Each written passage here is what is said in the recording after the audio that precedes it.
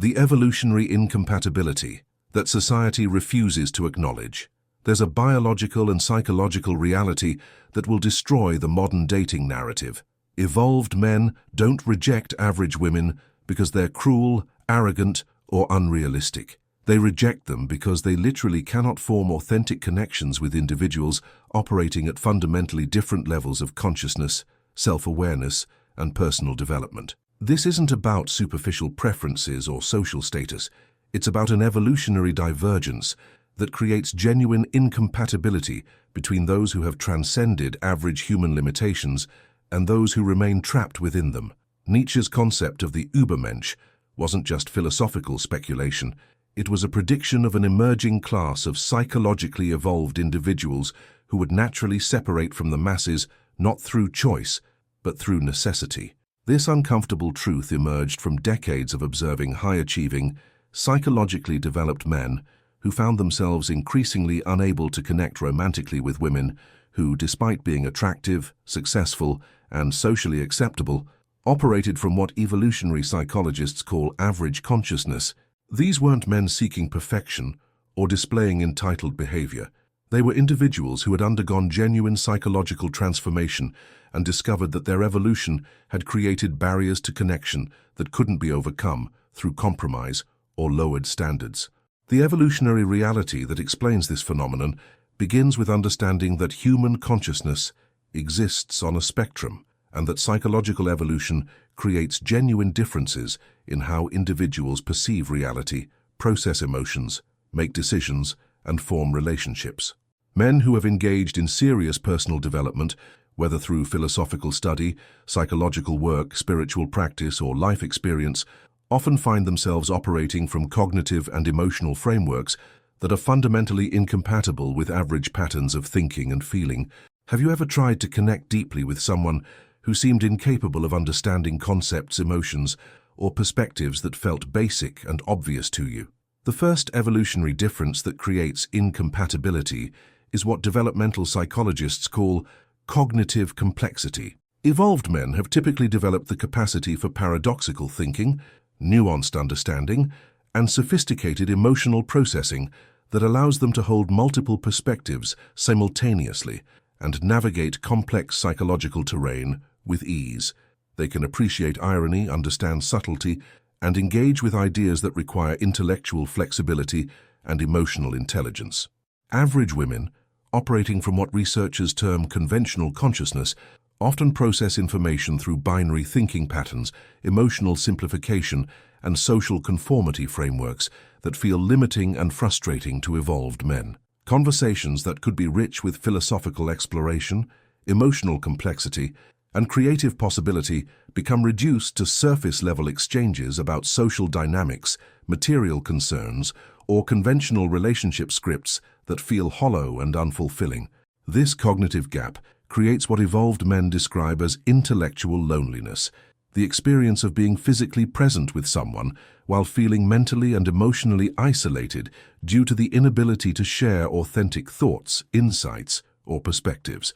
It's not that average women are unintelligent, but that their intelligence operates within conventional parameters that don't allow for the kind of deep, exploratory communication that evolved men require for genuine connection. The second evolutionary difference involves emotional sophistication and psychological integration. Men who have done serious inner work have typically developed what psychologists call emotional granularity, the ability to identify, understand, and navigate complex emotional states with precision and skill. They can differentiate between different types of sadness, anger, or joy, understand the psychological roots of their emotional responses, and maintain emotional regulation while remaining open and authentic. Average women often operate from what researchers call emotional reactivity, experiencing feelings as overwhelming, mysterious forces that control their behavior rather than as information that can be understood and integrated. This creates relationship dynamics where evolved men find themselves constantly managing, explaining, or accommodating emotional reactions that seem disproportionate, unconscious, or manipulative, even when they're genuinely felt. The emotional gap manifests in relationships where evolved men feel like they're dating emotional children, individuals whose feelings are real and valid, but whose capacity to understand, process, and take responsibility for those feelings remains undeveloped. This creates exhausting dynamics where the evolved man becomes a therapist, parent, or emotional manager rather than an equal partner, which violates his need for reciprocal emotional maturity and shared responsibility. Can you relate to the experience of feeling emotionally exhausted in relationships where you're constantly managing someone else's reactions instead of engaging in mutual emotional exploration and growth? The third evolutionary difference involves values alignment and life purpose integration. Evolved men have typically moved beyond conventional success metrics and social approval seeking toward authentic self-expression and meaningful contribution. They've developed what philosophers call intrinsic motivation, internal drives toward growth, creativity, and service that don't depend on external validation or social recognition. Average women often remain motivated by conventional markers of success, social status, and approval, seeking that feel shallow and meaningless to evolved men. They may pursue careers, relationships, and lifestyle choices based on what others expect, or what provides security and social acceptance, rather than what aligns with authentic passion and purpose.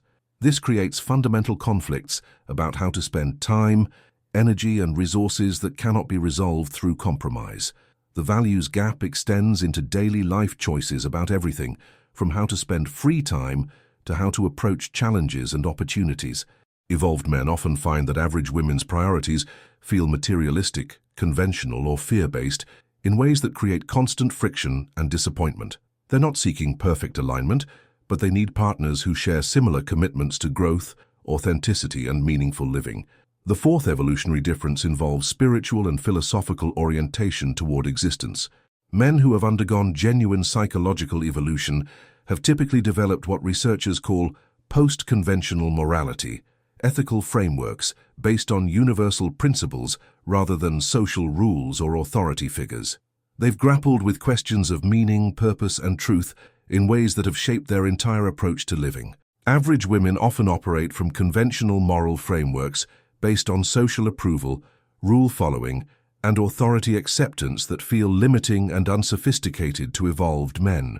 They may be good people who follow social norms and treat others kindly, but they haven't engaged in the deep questioning and exploration that creates philosophical sophistication and spiritual depth. This spiritual gap creates relationships where evolved men feel like they're speaking different languages when discussing anything related to meaning, purpose, truth, or ethical complexity.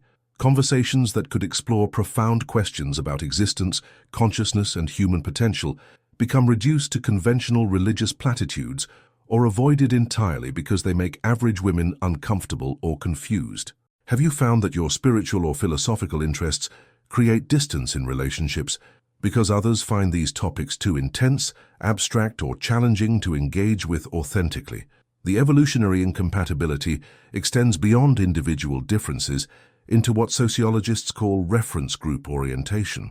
Evolved men typically develop social circles based on shared values, intellectual compatibility, and mutual growth rather than conventional social categories like profession, social status, or geographic proximity. They seek friends and partners who challenge them, inspire them, and share their commitment to authentic development. Average women often maintain social connections based on conventional factors like workplace relationships, neighborhood proximity, or shared demographics rather than deep compatibility or mutual growth. This creates conflicts about how to spend social time, what kind of people to associate with, and what constitutes meaningful community involvement. The practical implications of these evolutionary differences are profound and unavoidable. Evolved men find that relationships with average women require constant self-diminishment, intellectual suppression, and emotional compromise that feels like betraying their authentic nature. They must pretend to be interested in conversations that feel meaningless, excited about activities that feel empty, and satisfied with emotional and intellectual connections that feel superficial. This self-betrayal becomes psychologically unbearable over time, leading to what relationship researchers call authenticity depression, a form of emotional suffering that comes from being unable to express one's genuine thoughts, feelings, and perspectives within an intimate relationship. The evolved man begins to feel like he's living a double life, authentic in other contexts, but performing a diminished version of himself in his romantic relationship. The solution isn't for evolved men to lower their standards or accept incompatibility, but to understand that their evolution has naturally selected them out of the general dating pool into a much smaller group of individuals who share similar levels of consciousness and development. This isn't elitist or discriminatory. It's evolutionary reality that serves both personal fulfillment and collective human development. Evolved men serve human evolution by refusing to settle for relationships that require them to diminish their consciousness or suppress their development.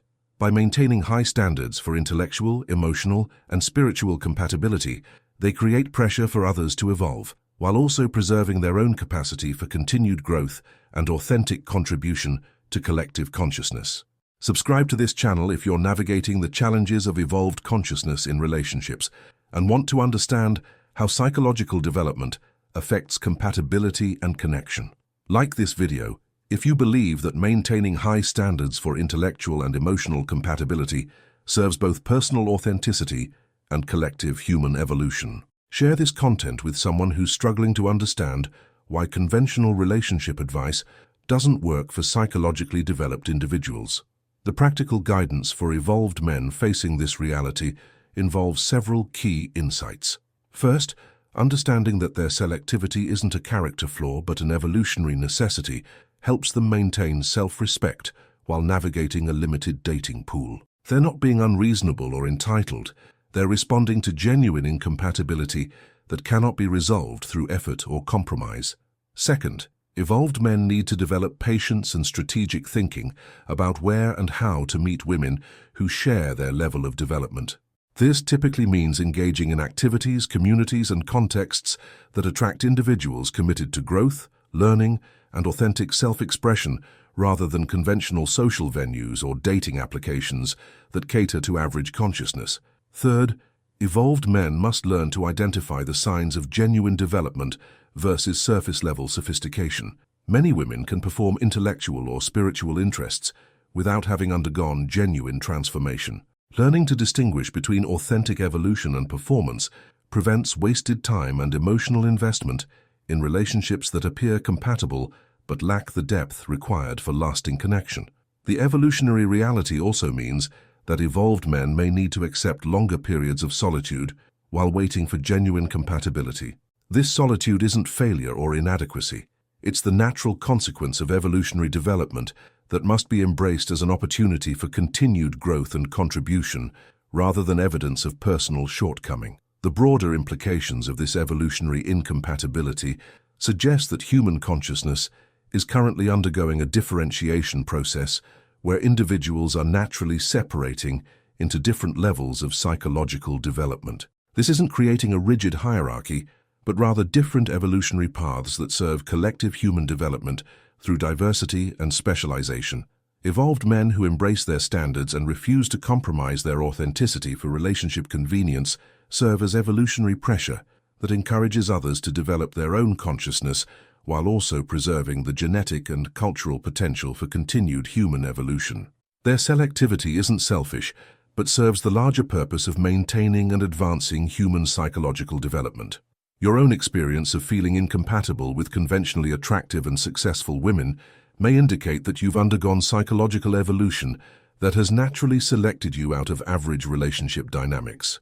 Understanding this as evolutionary development rather than personal failure can help you navigate the challenges with greater self-respect and strategic patience.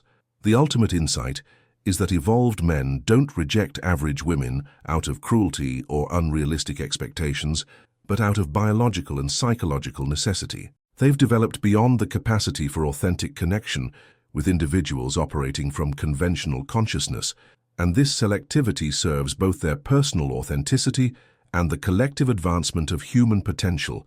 The bermensch that Nietzsche envisioned isn't a fantasy of superiority, but a recognition of evolutionary differentiation that creates both opportunity and responsibility. Those who have evolved beyond average limitations must maintain their standards not as a luxury, but as a duty to both their authentic nature and the future development of human consciousness.